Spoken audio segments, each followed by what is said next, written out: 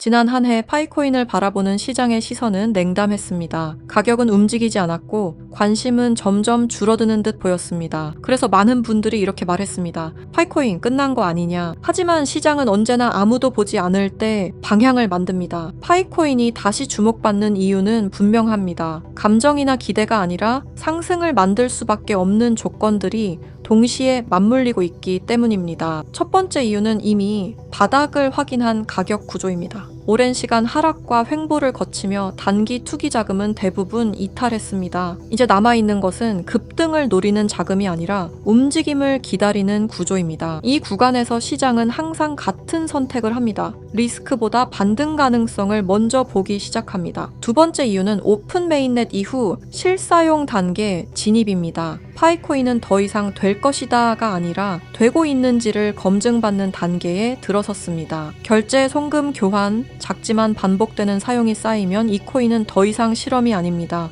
화폐로서의 신뢰가 형성되기 시작합니다. 세 번째 이유는 비정상적으로 큰 사용자 기반입니다. 대부분의 코인은 가격이 먼저 움직입니다. 하지만 파이코인은 사용자가 먼저 존재합니다. 실사용하는 이용자가 많아지면 그만큼 가격의 상승이 동시에 일어난다는 이야기입니다. 네 번째 이유는 서사의 완성입니다. 투자 시장은 숫자만으로 움직이지 않습니다. 사람들이 이해할 수 있는 이야기, 설명할 수 있는 상징이 붙는 순간 관심은 폭발합니다. 여기서 등장하는 것이 바로 심슨입니다. 파이는 3140일이다. 이 말 한 번쯤 들어보셨죠? 최근 온라인을 뜨겁게 달군 심슨 가족 환상의 에피소드, 바로 그 안에서 지금까지 우리가 알고 있던 도큐먼트 1, 즉 그 문건 속에 숨겨진 진실이 다시 한번 주목받고 있습니다. 그 문서에는 놀랍게도 파이는 3년 후 3140일이 된다는 내용이 담겨져 있었는데요. 아마 많은 분들이 한 번쯤 들어보셨을 겁니다. 그런데 말입니다. 오늘 제가 들려드릴 이야기는 여기서 멈추지 않습니다.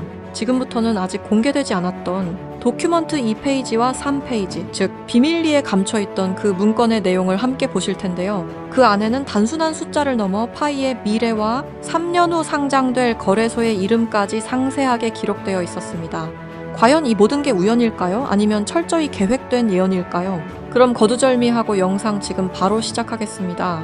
1990년부터 지금까지 미국 애니메이션의 전설 심슨 가족, 웃음을 주던 이 노란 가족이 수많은 예언을 적중시키고 현재는 예언 만화라고 불리고 있는데요. 이미 대중들에게는 신기하면서도 한편으로는 사기꾼들의 허황된 소리다, 그저 운이 좋아서 맞췄다라며 비판 아닌 비판을 이어가고 있는데요. 하지만 이미 300개가 넘는 예언을 맞춘 심슨 가족은 단순히 운을 넘어서 경이로운 수준의 예언 능력을 보여주고 있습니다. 보신 적은 없으시더라도 심슨의 캐릭터라면 누구나 알고 계실 거라 생각하는데요. 단순한 만화를 넘어 각종 정치, 환경, 사회 풍자 등등 해학과 풍자를 표현하면서 아이들의 성장 교육뿐만 아니라 다 큰 성인들에게까지 큰 교훈으로 영향을 미치고 있는데요. 오늘 들려드릴 이야기는 그동안 누구도 알려주지 않았던 환상의 에피소드에 관한 내용입니다. 파이코인을 채굴하던 분이라면 깜짝 놀랄 만한 소식이고, 파이코인을 채굴하지 않으셨다면 이제는 시작해야 할 때라고 느끼실 겁니다. 심슨 가족의 예언은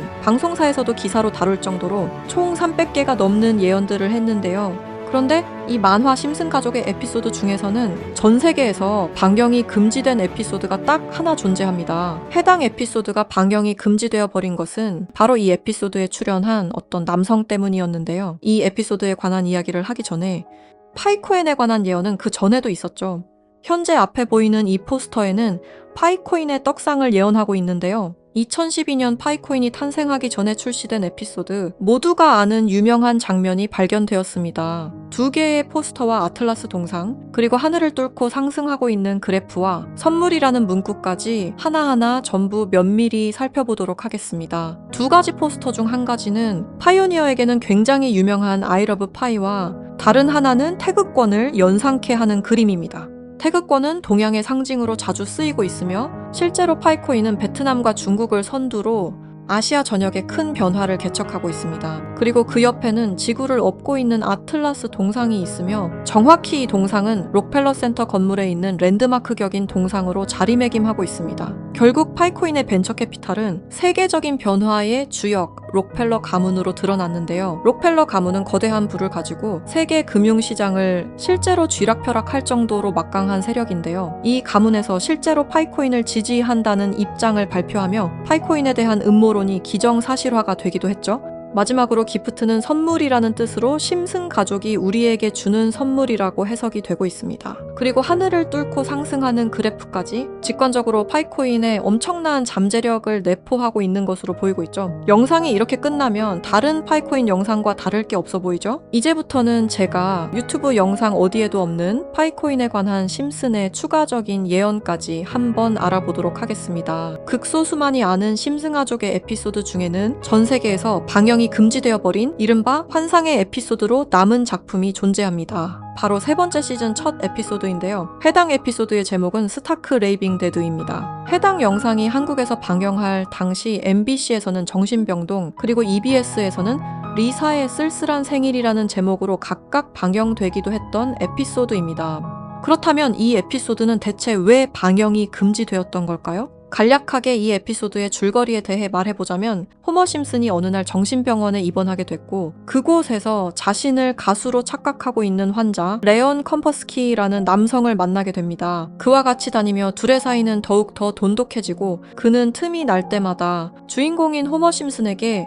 파이는 3.14가 아닌 3년 뒤에는 3.14일로 정의될 것이라며 수차례 반복하며 말하는 장면이 포함되어 있습니다. 이러한 말에 호머 심슨은 세뇌되며 그의 문장을 지속적으로 말하고 다니는데요. 추후 정신병원에서 퇴원한 레온 컴퍼스키를 자신의 집까지 데려오게 되는데 하지만 이 에피소드는 바로 이 레온 컴퍼스키라는 남자 때문에 반경이 금지되었습니다. 이 레온 컴퍼스키 캐릭터는 자신이 가수라고 말하고 다니며 실제로 노래를 불렀는데요. 바로 이 노래를 부른 인물이 마이클 잭슨이라는 점 때문이었습니다. 실제로 그는 에피소드에서 자신을 마이클 잭슨이라고 말하고 다니며 노래를 부르고 춤을 추기도 합니다. 여기서 문제는 그가 에피소드에 등장하는 동안 실제로 마이클 잭슨과 너무 똑같은 목소리를 냈다는 겁니다. 그의 노래를 한번 들어보도록 하겠습니다. Billie Jean is not my lover.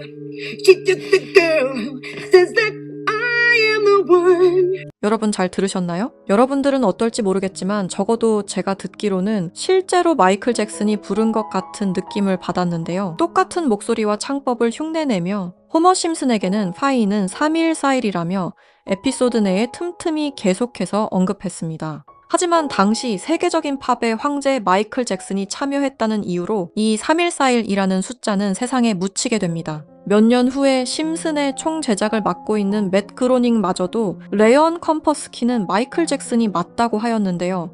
사실 마이클 잭슨은 이 사실을 상당히 숨기고 싶어 했고 심슨 가족의 제작진들과 성우들 밖에 모르고 있었지만 본인이 직접 불렀다는 사실이 밝혀지면서 마이클 잭슨의 팬과 심슨 가족의 팬 모두에게 충격을 주기도 했습니다. 마이클 잭슨이 사망한 이후에 그가 추악한 범죄를 저질렀다는 내용의 다큐멘터리가 출시되기도 했었는데 피해자들의 증언이 많이 모순된 점을 비롯해서 많은 비판마저 공존했지만 해당 다큐멘터리의 여파가 워낙 컸던지라 심슨 가족의 제작진들과 그리고 판권을 구입한 디즈니 측에서 OTP 서비스인 디즈니 플러스 방송을 금지시키고 더 나아가 이후 발행되는 모든 DVD 등 매체에서도 해당 에피소드를 배제하며 현재까지도 이 에피소드는 전 세계 디즈니 플러스에서 완전히 그 흔적을 찾아볼 수 없게 되었습니다. 하지만 이 에피소드는 단순히 마이클 잭슨에게만 집중해서는 안 된다는 거죠. 바로 에피소드 내에서 틈틈이 언급되었던 파이는 3140일이라고 말하는 장면에 집중해야 한다는 겁니다.